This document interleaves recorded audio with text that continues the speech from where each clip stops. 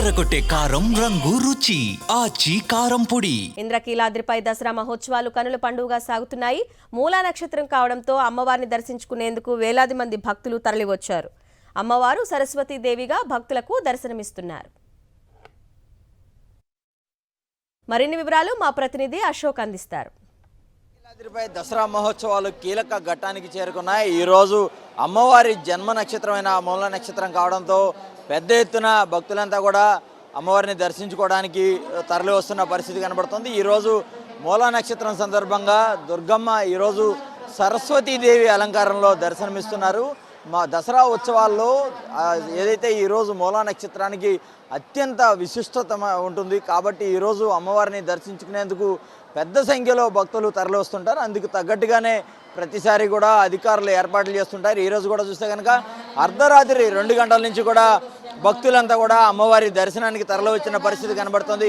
ఇప్పటి వరకు దాదాపుగా 80,000 మందికి పైగా భక్తులు అమ్మవారిని దర్శించుకున్నట్టుగా కూడా అధికారులు అయితే లెక్కలు చెప్తున్నారు. మరోవైపు తెల్లవారు ఏదైతే విఎంసి హోల్డ్ పాయింట్ ఏదైతే ఉందో హోల్డింగ్ పాయింట్స్ అక్కడి నుంచి కూడా భక్తులంతా కూడా క్యూ లైన్లో నిండిపోయి ఉన్న పరిస్థితి కనబడుతుంది. భక్తులతో మొత్తం క్యూ లైన్లన్నీ కూడా కిటకిటలాడుతున్నాయి.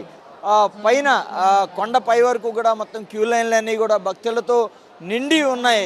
ప్రతి ఒక్కరు కూడా సామాన్య భక్తులతో పాటు భవానీ మాల ధరించిన భక్తులు కూడా అమ్మవారిని దర్శించుకునేందుకు పెద్ద సంఖ్యలో వస్తున్న పరిస్థితి అయితే కనబడుతుంది. బంగారు వీణను ధరించిన సరస్వతీదేవి అలంకారంలో అమ్మవారు దర్శనమిస్తుందో అమ్మ దర్శనానికి పెద్ద ఎత్తున భక్తులు తరలి వస్తున్నారు. కొంతమంది మన క్యూ లైన్లో ఉన్న వాళ్ళతో కొంతసేపు మాట్లాడించే ప్రయత్నం అయితే చేద్దాం.